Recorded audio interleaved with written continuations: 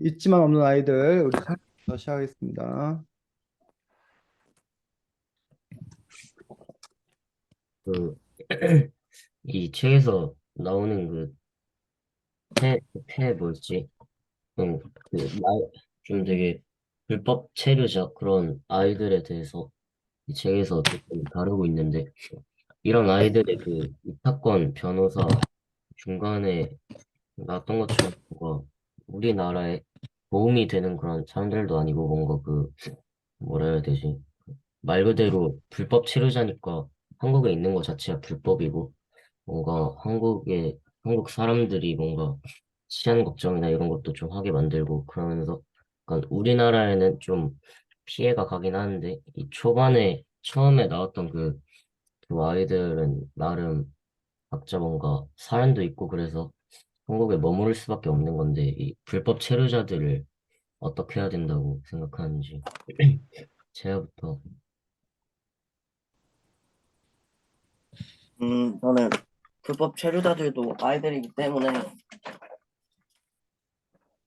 나라에서 국민으로 인정을 하고 여기처럼 뭐 만 19세 전까지는 국민으로 인정을 해서 최소한의 보장을 받을 수 있도록 제도를 마련해야 될 것 같아요. 하경이는.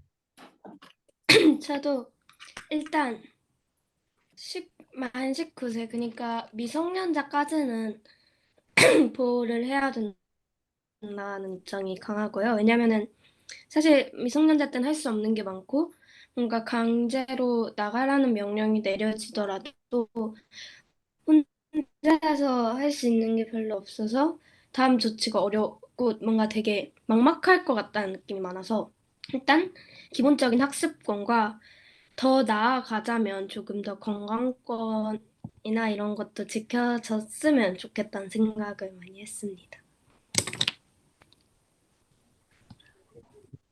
여기까지.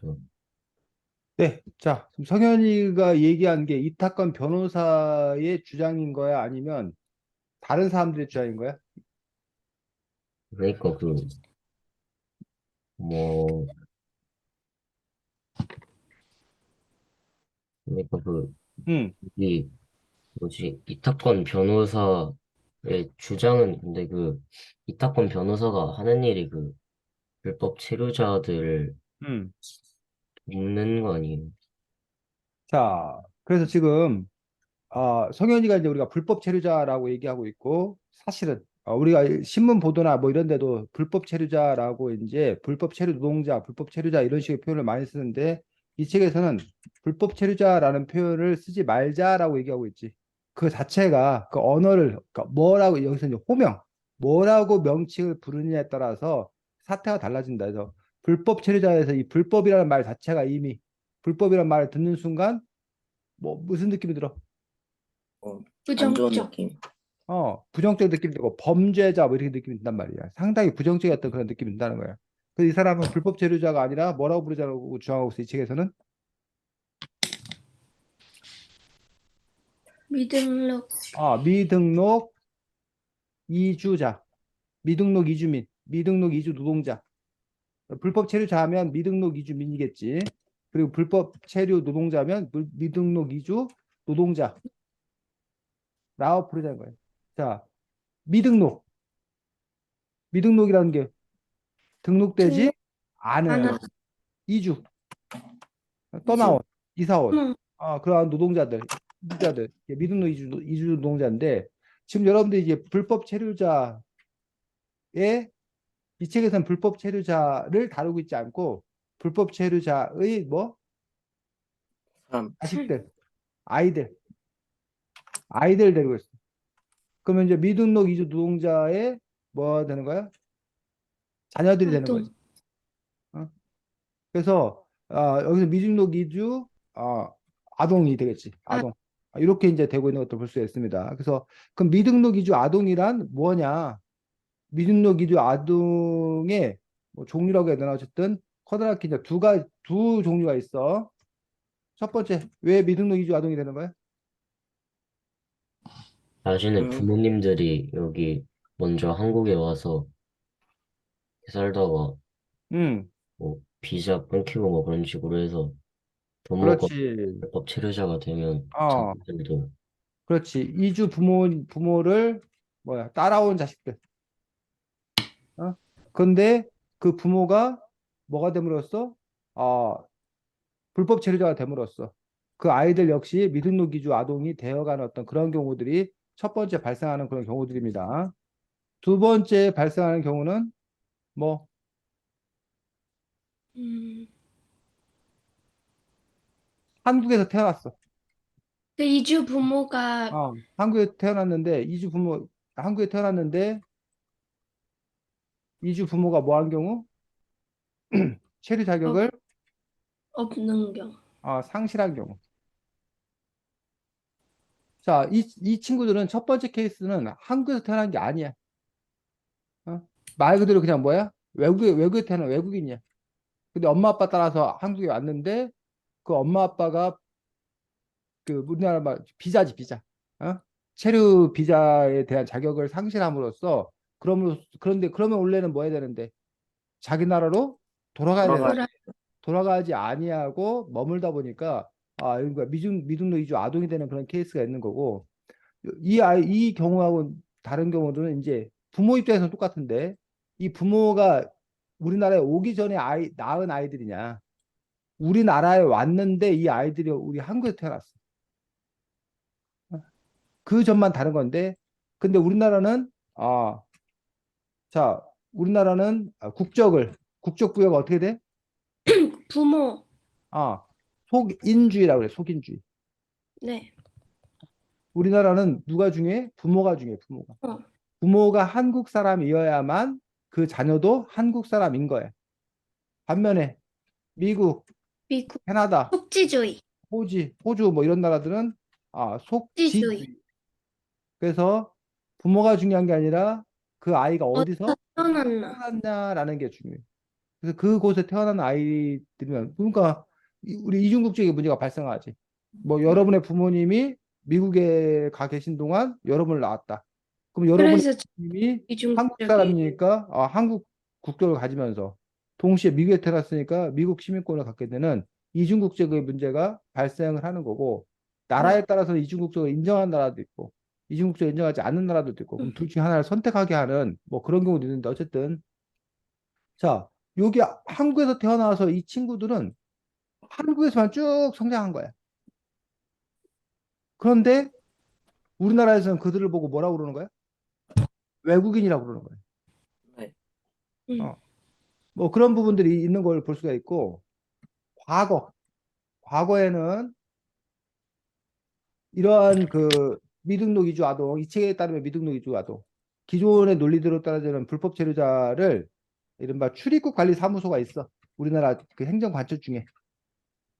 출입국 관리 사무소 직원들이 이들을 뭐하면 적발하면 이들을 발견하면 즉시 뭐 했다는 거야? 추방 조치를 했다는 거야.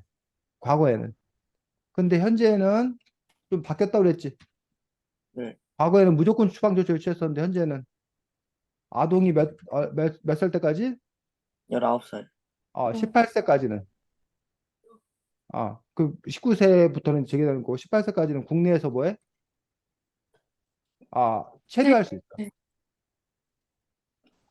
학교를 다닌다던가 그런 자격을 부여된다는 거야. 근데 문제는 아동이 18세까지 국내에 체류할 수 있는데 그러면 만약에 뭐 재하가 그런 상황이야. 그럼 재하는 남여 있는데 재하 부모는 가야 돼? 그럼 재하만 남을 수는 없잖아. 네. 그래서 요 아동의 누구까지? 부모. 아동의 부모까지 출국을 유예해 주는 거야. 음, 밀어주는 거야. 그래서 원래 이런 조치를 취한 이유는 아동의 인권을 뭐해서 존중해서 아동의 인권을 존중해서 이런 조치를 취한 거야. 네. 그런데 어쨌든 이걸 또 이제 나쁜 시각으로 바라본 사람들은 그러니까 빨리 아이를 낳아야 돼. 그러면 그 아이가 몇 살 될 때까지는 18살. 18살 될 때까지는 뭐 할 수 있으니까 한국에 살 수 있어요. 한국에 있을 수 있으니까. 그래서 한국에 계속 위한 어떤 그러한 방법으로서 아이를 역용한다. 라는 식으로 이제 얘기하는 어떤 그런 경우들도 있더라는 얘기지. 보는 시각에 따라서는. 이해가? 네. 네. 자, 그런데 아까 이제 성현이가 그런 얘기를 했어. 성현이 이야기는 아니겠지. 그런 시각을 갖고 있는 사람. 우리나라에서 사실은 이런 외국인 노동자들에 대해서 이런 시각을 갖고 있는 사람들이 많은데 몇 가지 이제 뭐야? 한국에 뭐가 안 된다? 도움이 안 된다. 안 돼. 사회 불안, 뭐 그 불법 체류자들에 의해서 사회 불안이 야기된다.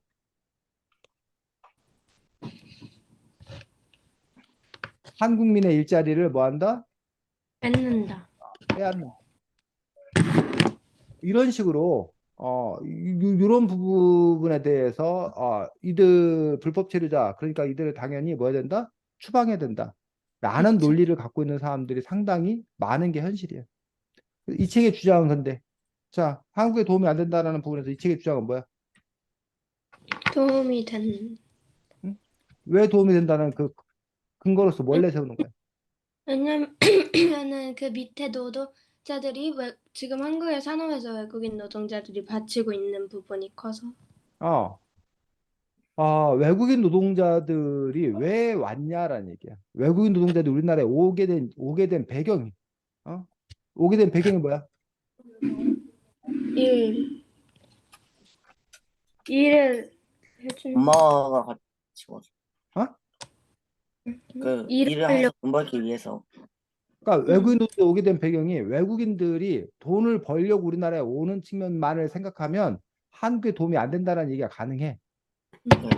근데 외국인들이 우리나라에 돈 벌기 위해 온 측면도 있지만 또 다른 측면은 우리나라에서 그 외국인들이 뭐해?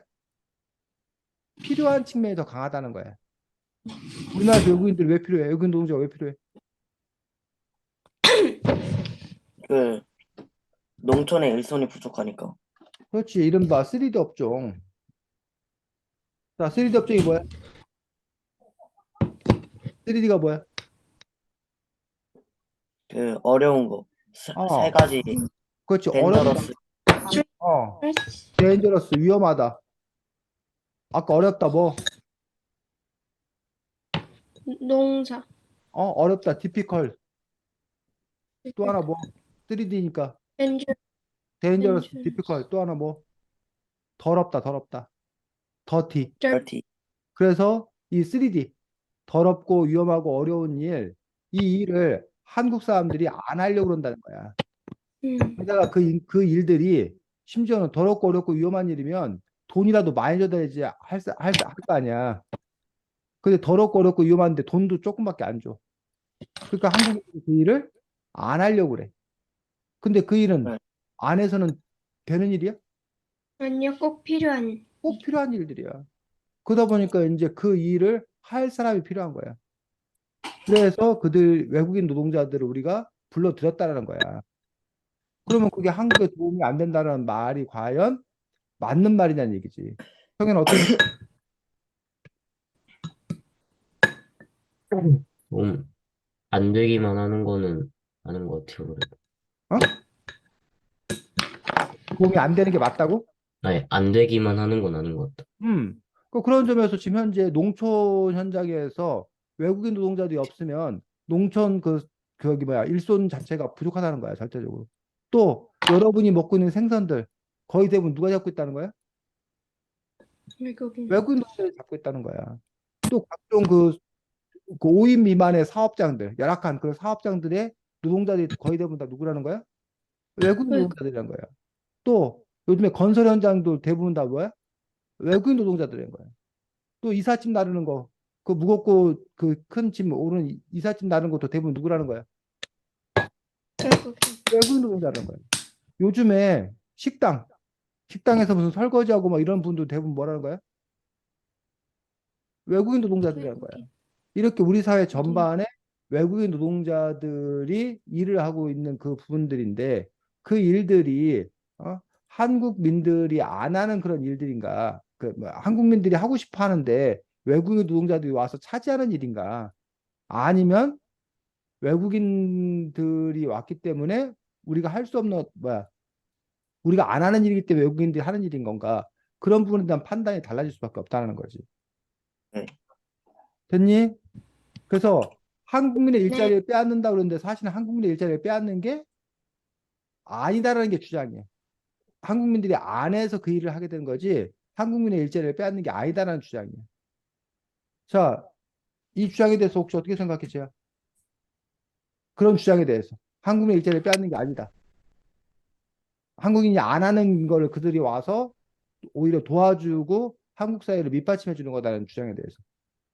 네, 여기서 음, 이게 맞는 것 같은 게, 음, 이 사람들이 아무리 일을 잘해도 막 회사 면접을 뭐 봐서 사람들이 일자리를 뺏지는 않을 것 같아요.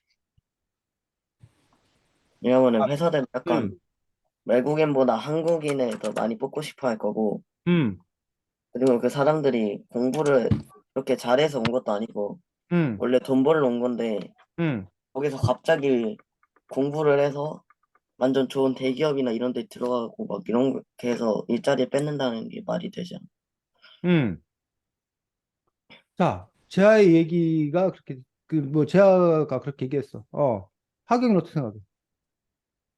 저도 그렇게 뺏는다는 말은 조금 안 맞는 게 만약에 음, 외국인 노동자들이 없어도 사실 하기에 꺼려지는 일이잖아요. 왜냐면 음, 돈도 적게 받는데 힘들고 위험하고 음, 그렇지만 이 3D 업종이 없으면 한국 음, 산업이 돌아가기 어렵기 때문에 음. 빼앗다는 것은 그렇게 맞는 표현은 아니라고 생각해요. 성현이는?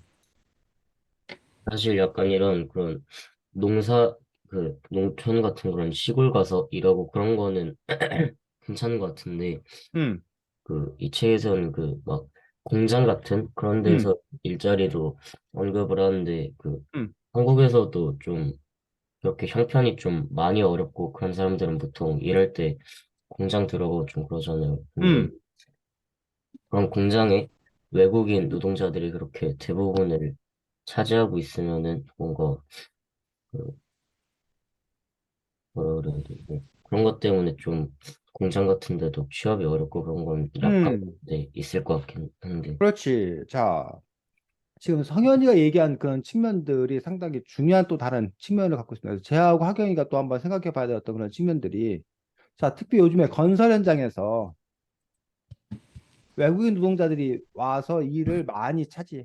그러니까 우리나라에 건설 노동자들이 있다는 거야.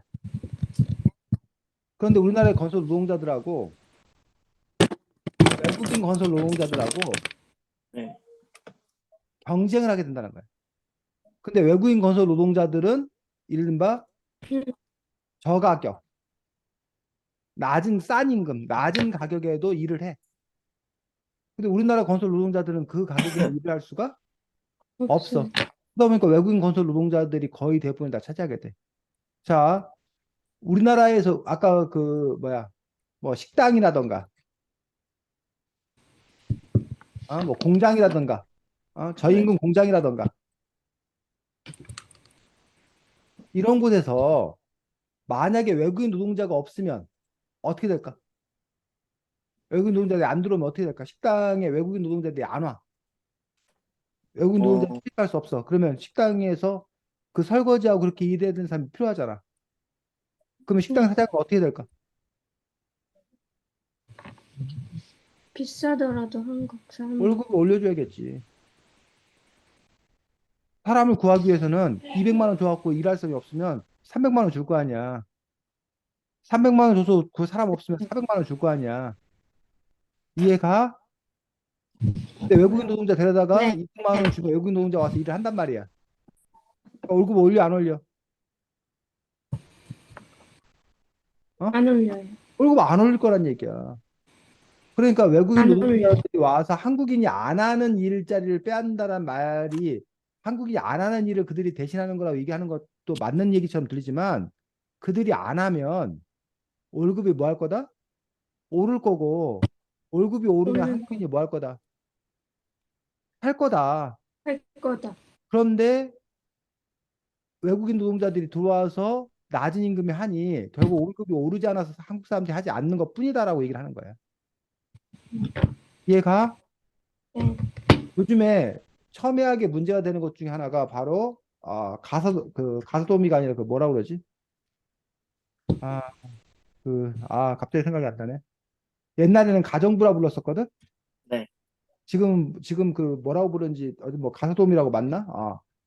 그러니까 집에 와서 상주하면서 아이들 돌봐주고, 어? 청소해주고, 음식해주고, 이러한 옛날에 네, 가정부라 불렀었는데, 그렇죠. 가소도우미가 요즘에 우리나라 정확히 모르는데, 우리나라 사람을 그렇게 고용을 하려면 뭐 한 3, 400만 원을 줘야 될 거야. 아마 한 300만 원 정도를 줘야 될 거야. 그래야 고용을 할 수 있을 거야. 근데, 뭐, 맞벌이 부부가, 어? 월급 받는 돈이, 어? 아주 뭐 이렇게 뭐 의사나 뭐 교수나 뭐 이런 사람 아닌 이상해야, 3, 400 이상 벌기 힘들거든? 근데 자기 3, 400 벌고 나서 300을 가서도우미한테 돈을 주면 남는 게 있어 없어? 없어요. 없잖아. 그러니까는 가서도우미를 못 쓰고 그냥 뭐야 맞벌이 하느라고 바깥일도 해야 되고 집안일도 해야 되고 애도 키워야 되고 그러니까 너무 힘들어서 애를 안 낳는다는 거야. 음, 그러니 한 100만 원만 줘도 우리나라에 와서 일할 외국인들이 있다는 거야. 그러니까 100만 원만 줘도 와서 일할 외국인 그 노동자들 데려다가 가소도우미를 시키자는 거야. 음, 어? 그러면 얼마나 좋냐는 얘기지. 근데 그렇게 되면은 현재 우리나라에서 일하고 있는 이런 가소도우미들의 일들이 다 뭐라는 거야? 다 사라질 거 아니야.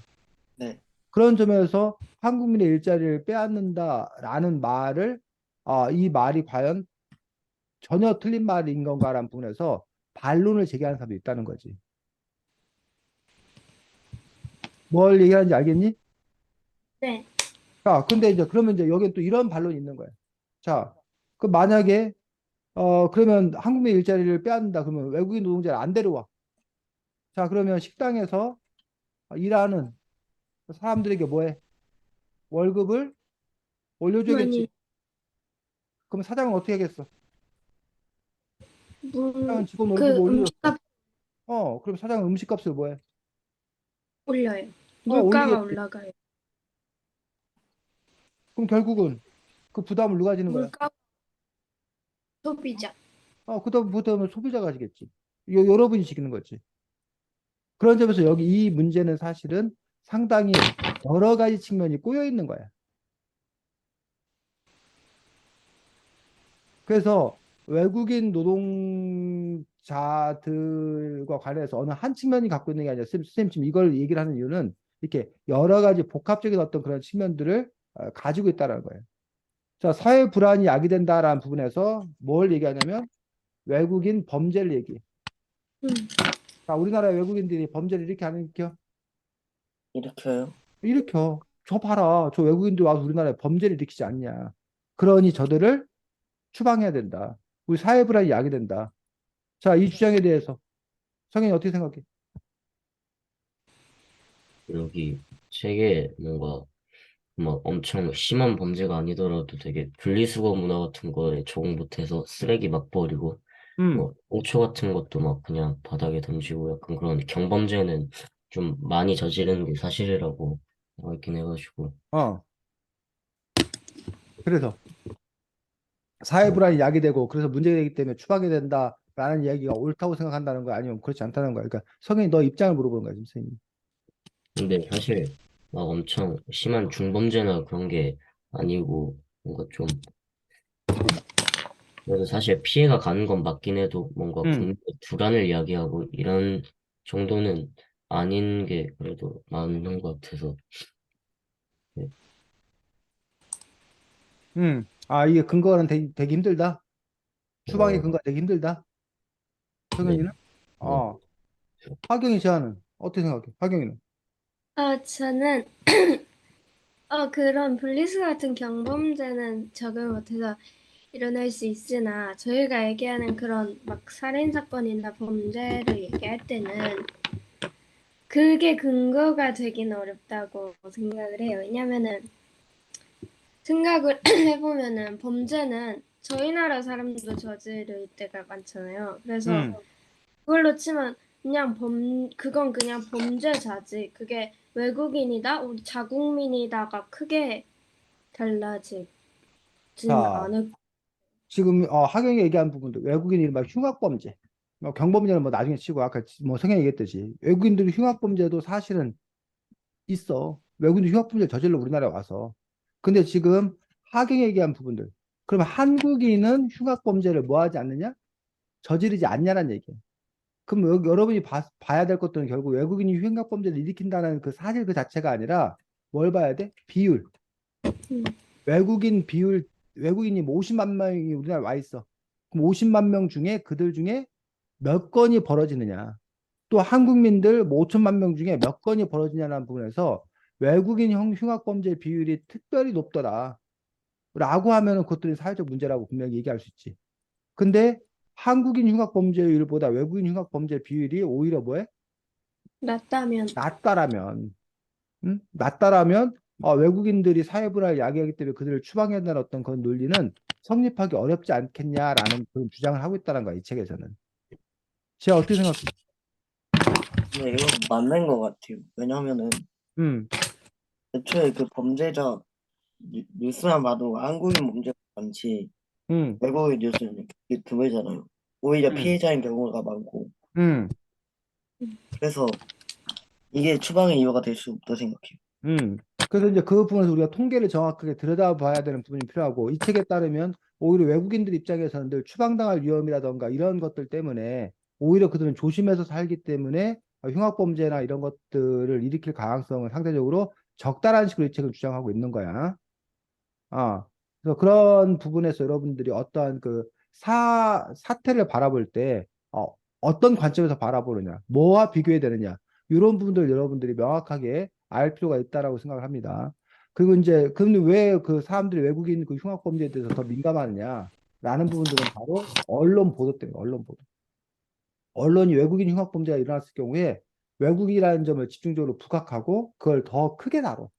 그럼 우리는 실제 비율보다 그 사건을 더 뭐라는 거야? 더 많이 음, 인식하고 더 크게 이렇게 보게 된다는 거야. 데이터로 보는 게 아니라. 그런 점에서 여러분들이 이른바 느낌적인 느낌으로 그걸 받아들이는 것과 팩트 사실을 여러분이 받아들이는 거란 부분들에서 엄밀하게 좀 이렇게 구별하는 어떤 그런 자세들이 또 필요하지 않나. 뭐 그런 이야기들을 함께 하고 싶습니다. 자, 다음 하경이 하고 제가 하겠습니다. 하경이.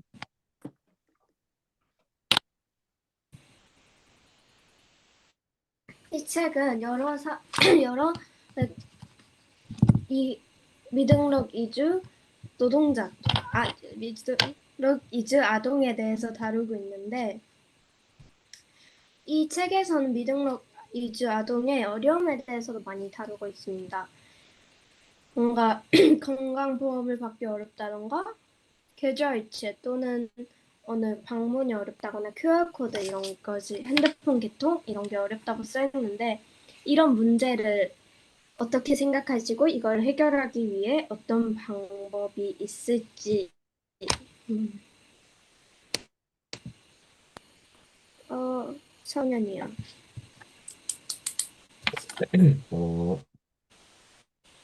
저는 그 자기 의사가 아니고 그 부모님 때문에 자기도 그렇게 나라에서 그 불법 치료자의 신세로 살아가는 거다 보니까 이게 좀 억울하긴 해도 근데 그런 나라의 혜택이나 그런 걸 못 받는 건 좀 어쩔 수가 없다고 생각을 합니다. 재하. 음, 일단 우리가 먼저 얘기했듯이 불법 체류자 그 아동이라는 게 엄마를 따라서 온 것도 아니고 그냥 자기 의지로 온 것도 아니고 그냥 태어난 경우도 있는데 뭐 그 한국에서 태어났을 때 약간 우리나라에서 아까 말했듯이 최소한의 지원이나 이 정도는 해줘야 된다고 생각해요.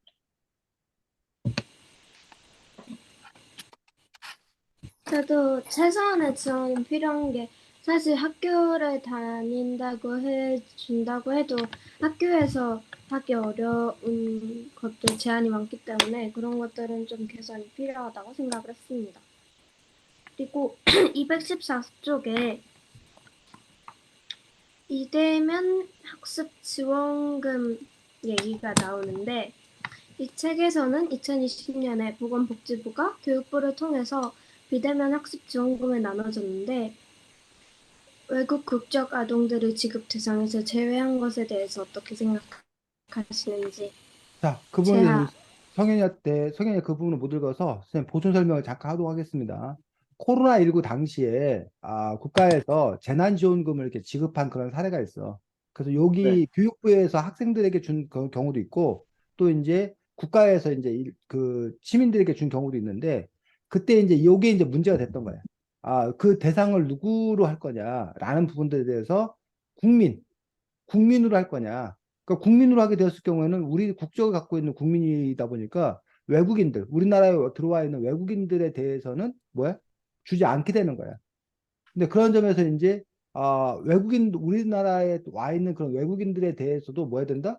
지급을 해야 된다라는 그런 주장이 있었고 아니다 우리 국민만 줘야 된다라는 그런 주장이 있었어. 그래서 여기서 말하는 외국인은 이제 관광 목적으로 잠깐 왔던 사람들 말고 우리나라에 그 오랫동안 체류하고 있는 그런 외국인들, 뭐 위주 노동자들 이런 사람들에게 그 지원의 대상으로 봐야 되는가 보지 않아야 되는 건가의 문제이고 플러스 여기서 이제 그 아동들, 그 자녀들 같은 경우가 이제 학교에 다녔었는데 여러분들 왜 그 코로나19 때 무슨 뭐 이렇게 무슨 농산물 무슨 그 꾸러미 뭐 이런 거 줬잖아 나라에서 그런 거 받았던 거 기억나? 네.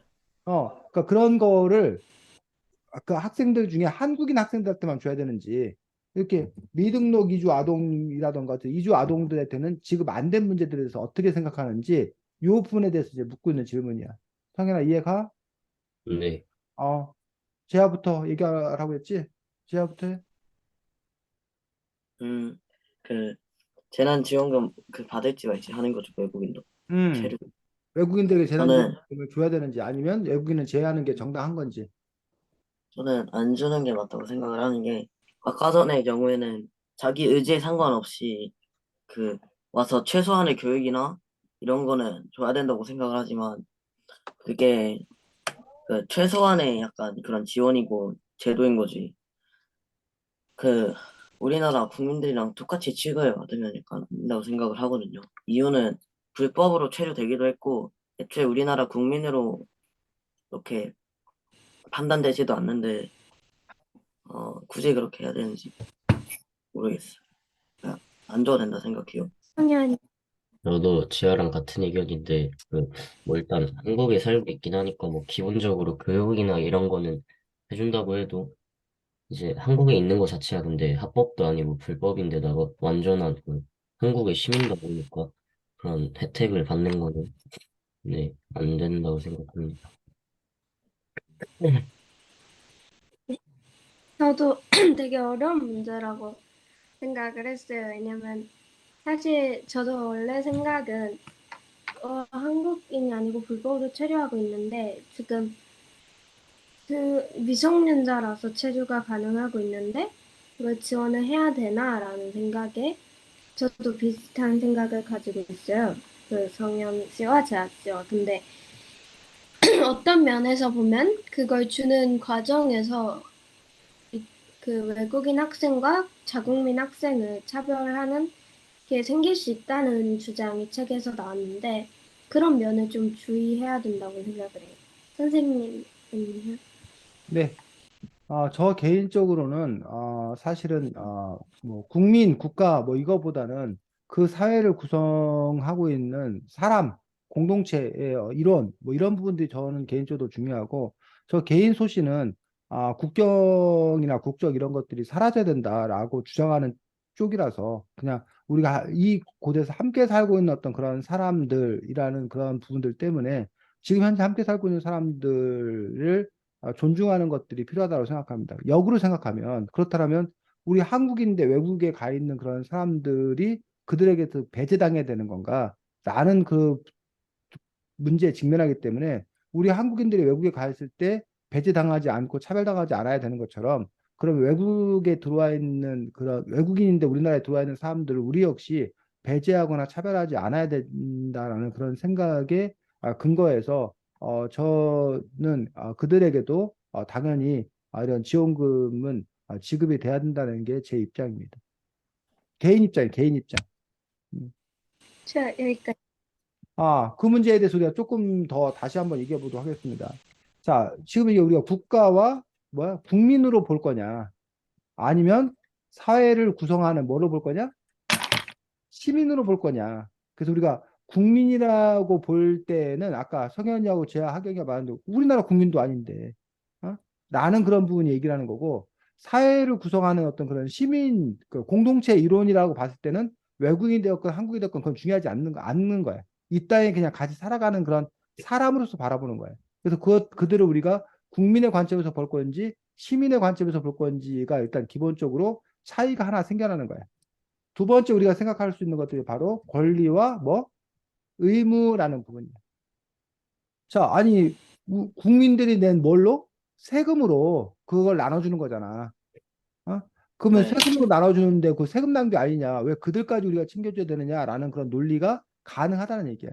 그런데 이른바 미등록 이주 노동자들이 세금을 내 안 내? 안 내요. 낸단 말이야. 왜요? 세금을 내지. 아, 어? 자, 그 세금을 내는데 이제 이 세금을 무슨 세금을 내냐 안 내냐라는 부분들에 대해서 미등록 이주 노동자들 같은 경우에도 일단 그들이 그냥 사는 게 아니잖아. 소비를 하잖아. 물건 어, 살 때, 물건을 살 때마다 다 뭘 내는 부가세, 거야? 부가가치세를 낸다는 거야. 부가세. 요거 생활요금 다 낸다는 거야. 그 안에 다 세금 붙어 있다는 거야. 그리고 미등록 이주 노동자들이 우리 사회 아까도 말했지만 기여를 한다는 거 하지 않는다는 거야. 해요. 기여를 하잖아. 생산활동에 기여를 하잖아. 각종 일들을 통해서. 그렇기 때문에 우리 사회를 뭐 하는데, 운영하는데, 유지하는데, 미등록 이주 노동자들도 분명히 우리 사회의 일원이라는 거야. 그런데 그들에 대해서, 권리와 의무를 수행하지 않았다라는 어떤 그런 부분들을 과연 얘기할 수 있는 건가? 이들에게 우리가 그래서 이제 이런 논쟁이 있는 거야. 선거권 또는 피선거권. 자, 선거권은 뭐고 피선거권은 뭐야? 성현이. 음, 모르겠어요. 자, 선거권은 뭐고 피선거권은 뭐야? 음, 선거권이 선거를 할 수 있는 거고, 음. 비선거권은 약간 그 선거권이, 잘 모르겠어요. 비선거권이란 말을 처음 자, 들어봐서. 선거권은 선거, 여러분이 투표할 권리야. 선거할 권리야. 선거에 참여할 권리야. 피선거권은 여러분이 뽑힐 권리야. 뽑힐 권리. 후보로, 후보로 출마할 권리. 어? 여러분이 정치 대통령이 되고 여러분이 무슨 시장이 되고 의원이 되고 그럴 권리야. 이런 선거권과 피선거권이 사실 상당히 중요한 권리인데 이 권리를 누구에게 줄 거냐라는 부분에서 우리나라는 기본적으로 국민들에게 주고 있다는 거야. 근데 이제 그 지방자치 선거 같은 경우에는 국민들뿐만 아니라 그 나라들에 따라서는 그 영주권 그 나라의 그 지역사회에 살고 있는 어떤 그런 사람들에게도 그 자격을 부여해야 된다는 어떤 그런 주장을 펴는 경우가 있고, 외국의 경우에는 바로 외국인들에게도 선거권과 피선거권을 지방자치선거라든가 이런 데는 또 이렇게 주는 그런 경우들도 있다라는 거지. 등등 어쨌든 여러 가지 것들을 깔고 있는 것들을 볼 수가 있습니다. 그다음에 아까 미등록 이주 아동들이 겪게 되는 여러 가지 어려움의 근본은 이 책에서는 이제 뭘로 꼽고 있냐면 우리나라의 행정 시스템이 뭘로 되어 있다는 거야? 뭐가 있어? 주민등록제도, 주민등록제도. 그러니까 우리나라에는 뭐가 주민등록. 있냐면 주민등록 번호라는 게 부여되어 있어. 하경이 너 주민등록 번호 외워? 못 외워. 아니, 아니라는 게 외운다는 거야? 못 외운다는 거야? 몰라? 네. 못 외우고 성현이 아니, 못해요. 못 외우고 재하는 아니, 그, 그 엄마가 안 알려줘가지고 몰라요. 엄마가 안 알려줘? 자, 너희들은 되게 딱 착하네. 알려준, 이 주민등록번호를 너희들이 모르는 거 보면은 너희들이 무슨 게임 사이트나 뭐 무슨 사이트에 가입 같은 걸 잘 너희들이 거의 안 했다는 거야, 사실은. 지금은 많이 없어졌는데 주민등록번호를 요구하는 경우가 상당히 많아, 우리나라에.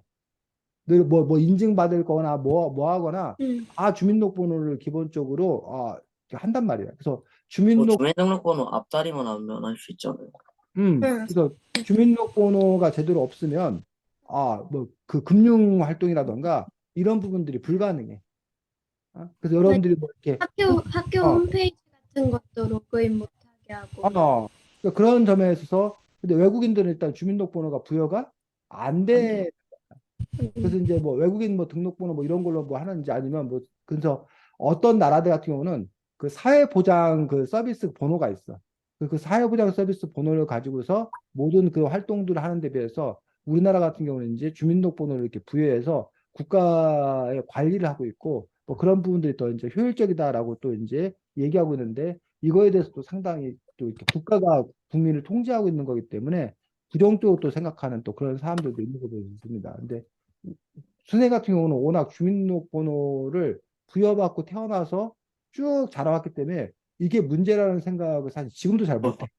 이게 당연한 거 음. 아닌가라고 생각하는데 일부 사람들 중에는 주민등록번호가 있는 게 그렇게 당연한 게 아니라는 거야. 외국에는 주민등록번호 없는 나라들도 상당히 많이 있다라는 거야. 그러니까 수입 입장에서는 주민등록번호가 없으면 세상이 어떻게 굴러가지? 라고 생각하는데 주민등록번호 없이도 얼마든지 뭐해?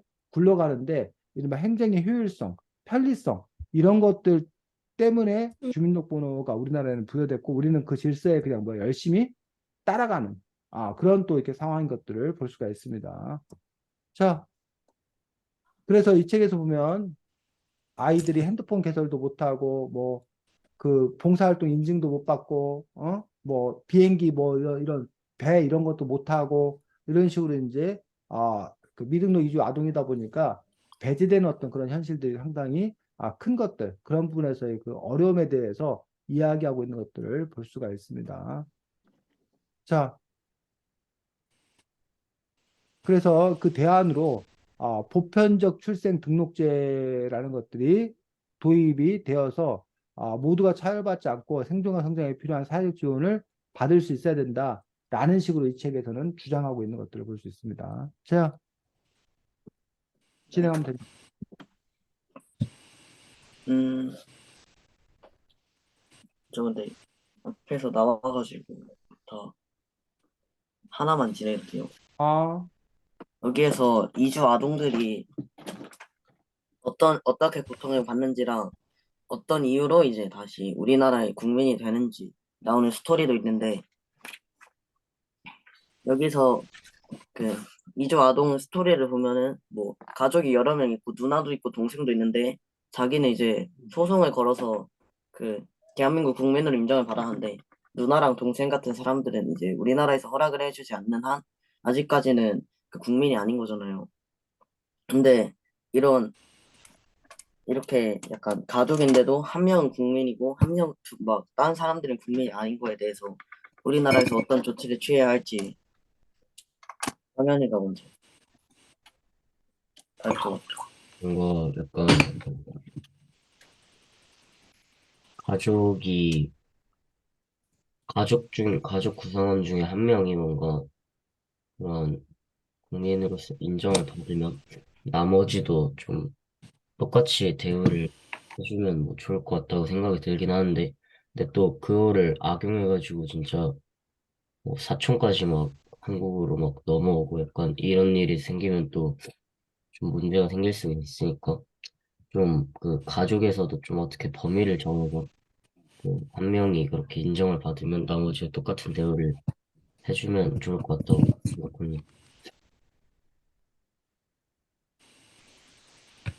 하경이는 어떻게 생각하는지.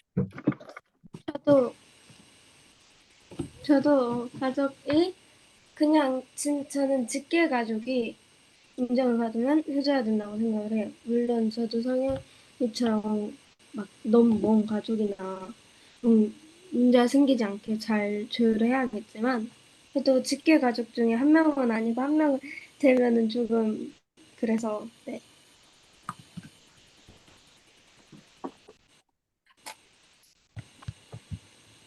저 여기까지 할게요. 자, 그래서 최근 들어서 뭐 이 책에 또 이제 주장하는 어떤 그런 부분들을 볼 수 있는데 우리나라가 너무 좀 이렇게 뭐 이율 배반적이라고 해야 되나?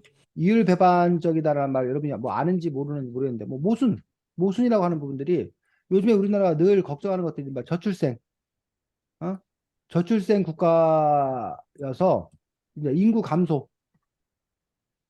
인구 소멸을 걱정해. 네. 그래서 물론 지금 현재 우리 정부의 입장은 그래서 뭐야? 이른바 출산 장려가 우선 정책이었어. 근데 출산 장려의 정책이 지금 성과를 거두고 있지 못하는 어떤 그런 상황이잖아. 그래서 이쪽에서는 그러면 뭐 하자? 어차피 우리 국민이 애를 낳지 않는다. 그러니 뭐 하자는 거야? 이민을 왜? 적극적으로 수용하자는 거야. 아, 그리고 게다가 외국인들 들어오는 것보다 우리나라에서 태어난 아이들은 어렸을 때부터 한국에서 교육받았고, 그러니 우리 한국말도 할 줄 알고, 한국 문화도 이해하고, 그러니 그 아이들이 우리 한국민으로 봐야 되는 게 이 저출생 문제를 해결하는데도 크게 기여할 수 있지 않냐. 이런 주장을 펼치는 사람도 있다는 거지. 그러니까 그런 주장에 대해서는 어떻게 생각했어요? 음, 근데 그래도 음, 이민을 막 무분별하게 수용하면은 음, 우리나라가 약간 너무 그 이민을 많이 수용하면 수용할수록 음, 뭐 그에 따른 뭐 범죄자들이 우리나라로 들어올 수도 있고 하니까 음. 위험한 부분이 있다 생각을 해요. 아니, 선생님이 이민 얘기를 하는 게 아니라, 아까 미등록 이주 노동자, 미등록 이주 아동들에 대해서 우리나라에서 태어나서, 우리나라에서 자란 그 아이들을 네. 18세가 지나면 다시 외국 나가라. 이럴 게 아니라 그 아이들을 우리 그 국민으로 봐야 되는 거에 대해서 어떻게 생각하냐고. 어, 근데 그렇게 하면 약간 좀 엄격하게 심사를 거쳐서 하는 게 좋을 것 같은데 이것도 또 심사 안 하고 그냥 하면은 또 우리나라에 그냥 외국인 사람들이 들어와서 막 아이들이 우리나라 인정받고 막 이러면은 우리나라 음, 아이들이 좀 많아질 수 있겠는데 음, 또 그에 따른 부작용이 있어서 안 하는 게 아닌가. 그럼 현재 그렇게 심사를 통해서 선별하는 게 맞다, 옳다, 제 안의 입장이. 성현이는.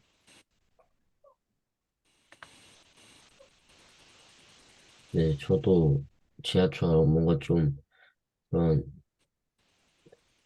뭐라 그래야 되지? 국민으로서 인정을 받는 그런 절차를 좀 빡세게 해서 해야지. 안 그러면 또 뭔가 혼란이 생길 수도 있으니까. 그러면 저출생의 문제, 인구 감소의 문제는 어떻게? 여전히 그럼 그 문제에 대한 해결은 어떻게 하자는 거야, 성현이?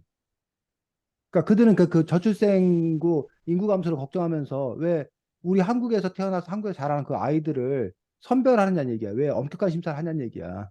굳이 그 아이들이 우리 한국인으로 성장하면 최소한 인구 감소 이 부분들에 대해서는 약화시킬 거 아니냐라는 그런 주장이거든. 그러면 저출생 문제는 어떻게 해결해야 된다는 거야, 성현이는? 잘 모르겠어요. 모르겠어? 자, 어쨌든 이런 부분들에 대해서 우리가 그 아까 말한 대로 출산을 많이 하자. 출산 장려를 계속 해야 된다라는 식으로 갈 수가 있고 이민을 적극 수행한다는 쪽으로 갈 수도 있고 아니면 아까 말한 대로 미등록 이주 아동을 적극적으로 뭐 해야 된다? 받아들여야 된다. 라는 어떤 그런 주장들도 가능하다는 거지. 또 어떤 사람은 저 인구 감소를 뭐 하자? 인정하자. 왜 우리 이 한반도 땅에 5천만 명이나 인구가 버글버글하고 살아야 되느냐. 우리 인구 밀도 우리나라 높은 나라거든. 그러니까 아예 우리나라 인구가 좀 감소되면 다이어트가 되면 뭐야? 좀 이렇게 여유롭게 좀 살 수 있는 거 아니냐. 한 집안에 왜 꼭 그 10명이 바글바글해서 근데 누가 뭐 이사 가고 뭐 하고 한다고 걱정할 게 뭐가 있냐. 한 집안에 5명만 살면 4명만 살면 3명만 살면 쾌적하게 살 수 있는 거 아니냐. 뭐 이런 또 주장을 펼치는 그런 사람들도 있고 여러 가지 주장이 있다는 거 첫 번째. 그다음에 아까 말했듯이 이게 아까 인권의 문제도 있는 거고 인구 감소의 어떤 그런 측면에서 봐야 되는 거고 또 하나가 우리나라가 이제 이른바 외국인에 대한 배타적 정서가 있다는 거예요. 네.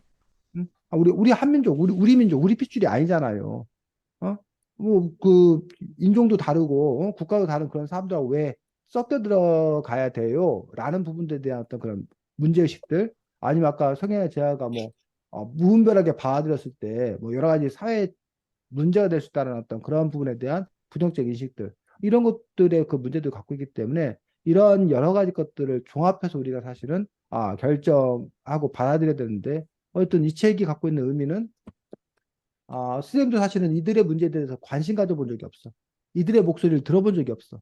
근데 최소한 미등록 이주 아동들 그들의 이야기를 직접 들려줬다는 점에서 이 책이 이렇게 의미가 있다라고 생각이 들고 어쨌든 근데 이건 이제 그들의 이야기고 아까 말했듯이 또 여러 가지 어떤 그런 측면들 여러분들이 종합적으로 이렇게 보고 판단해야 되지 않나 싶습니다. 자, 이 책의 제목이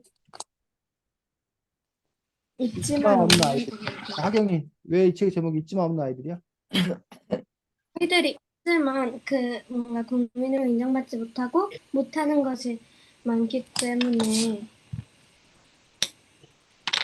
근데 서류상으로 없기도 하고 음. 그러니까 있지만 없는 아이들이라는 그렇지. 뜻입니다. 있지만이라는 뜻은 한국 사회에서 현재 실존하고 있지만, 살아가고 있지만, 생활하고 있지만, 존재하지만, 없는 아이들이라는 부분들에 대해서는 국적이 없다는 이유로 실질적인 그 권리나 이런 것들에 대해서 여러 가지 일들에서 배제되는 그런 점에서 이제 있지만 없는 아이들이라고 그렇게 제목을 정한 걸 볼 수 있습니다.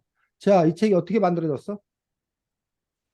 그 어떻게 만들어졌냐고요? 어떻게 만들어진 거야? 이 책이 어떻게 만들어진 거야?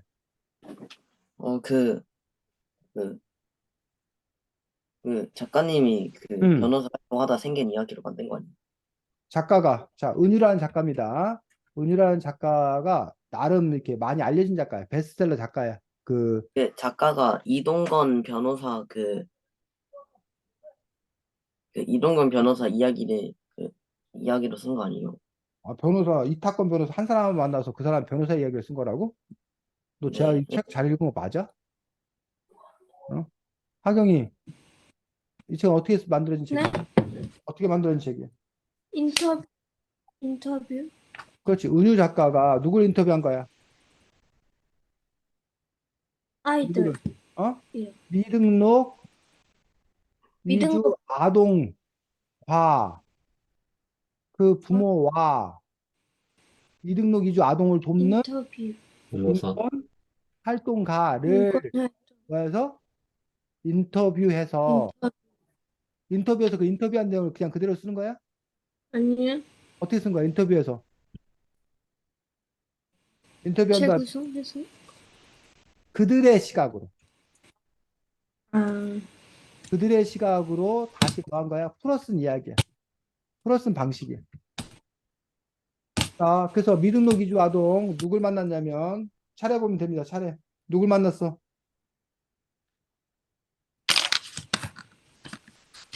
마리나 어, 해버 마리나하고 또 해버 해버 페버. 성현이 지하 차례 안 보고 해버 있니? 또 김민혁, 김민혁, 카림, 하림, 달리아, 서원. 어. 알리야. 이렇게 한 인화, 네다섯 명을 만난 거야. 그리고 부모는 한 사람, 인화, 인화라는 부모는 인화 한 사람 만난 거야. 그리고 인권활동가는 서건종 인권활동가와 이란주 인권활동가를 만난 거야. 그리고 관련된 변호사, 뭐 이것도 이제 어. 넓게 말하면 인권활동가인데 그 변호사인지 이타권 변호사를 만난 거야.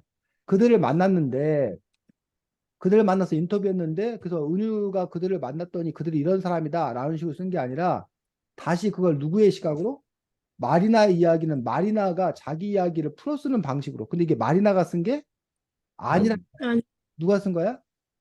은유 작가가 쓴 거야. 네, 이해가? 네, 자, 그래서 여러분들 다음 주 글쓰기 숙제 때문에 쌤이 지금 이 얘기를 한 겁니다. 1번이 여러분이 주변 사람을 뭐 해서 인터뷰, 인터뷰해서 인터뷰 그들의 이야기를 그들의 시점에서. 여러분의 시점이 아니라 그들의 시점에서 뭐하기? 풀어쓰기. 이해가? 네. 어? 네. 그러니까 성현이가 뭐 성현이네 반에 A를 인터뷰해. 그 애에 대해서 여러 가지 인터뷰를 해. 그다음에 마치 누가 쓰는 거 성현이가 쓰는데 마치 누가 A가 A 자신의 이야기를 쓰는 것처럼 성현이가 글을 써오라는 거야. 성현아. 이해가? 네. 네. 그래서 여러분들이 그러면 인터뷰를 하는 것들, 그 다음에 그거를 그들의 시점에서 풀어 쓰는 연습들, 요게 사실은 가장 중요한 포인트야. 요게 제일 중요한 거야. 자, 이렇게 했으면 좋겠어. 일본어로 했으면 좋겠어. 가급적이면, 되도록이면. 그런데 만약에 여러분이 일본으로 하는 것들이 어려워.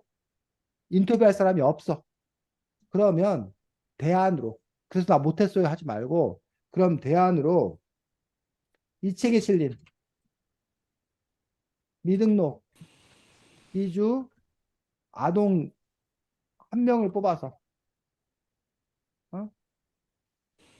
그것을 뭐야? 3인칭 시점으로 풀어쓰기. 3인칭 시점으로 다시 쓰기야. 다시 쓰기. 즉 여러분 이 책을 통해서 그 아동의 삶을 알았잖아. 네. 그래서 그 아동의 삶을 그의 여러분 그가 얘기하는 게 아니라 성현이가 들려주는 재아가 들려주는 그 이야기로 쓰는 거야. 자, 책 39쪽 보겠습니다. 자, 이거 지금 누구야? 마리나 이야기야. 네. 대학 합격자 발표가 언제인지도 몰라요. 대학에 관심이 없어요. 그다지 가고 싶지 않았는데 성원영 대표님이 원서라도 넣어보라고 해서 하고 마리나가 자기 이야기를 하고 있는 거야. 근데 여러분이 쓴다면 이렇게 쓰는 거야. 마리나는 현재 고3입니다. 하지만 다른 친구들이 대입 시에 목을 매는 것과 달리 별 관심이 없습니다. 그것은 내년에 자신이 한국에 계속 살 수 있을지 추방당할지 그렇. 불확실하기 때문입니다. 말이나 부모님은 어쩌고저쩌고 이런 식으로 여러분들이 이 책의 내용을 바탕으로 이 마리나에 대한 정보를 수집해서 마리나는 이러이러한 인물이다라는 식으로 여러분들이 3인칭 네. 시점으로 다시 글을 쓸 수 있을 거라는 얘기지. 이해가? 네. 네. 그래서 둘 중에 첫 번째로 할 건지 두 번째로 할 건지 여러분이 정하는데 되도록이면 몇 번째로 하라고? 첫 번째. 첫 번째 걸로 하라고. 질문. 다음 주 글쓰기 숙제에 관해서 질문 없고, 자, 그래서 여러분들 어쨌든 그러한 두 번째로 쓰는 경우는 어쨌든 글을 재구성해 쓰는 연습들을 여러분들이 하기 위해서 그렇게 하는 겁니다. 자, 네. 질문 없으면 마치도록 하겠습니다. 오늘 날씨가 아주 좋네. 자, 주말 잘 지내시고 또 다음 주에 보도록 하겠습니다. 수고 많았습니다. 안녕히 계세요. 안녕.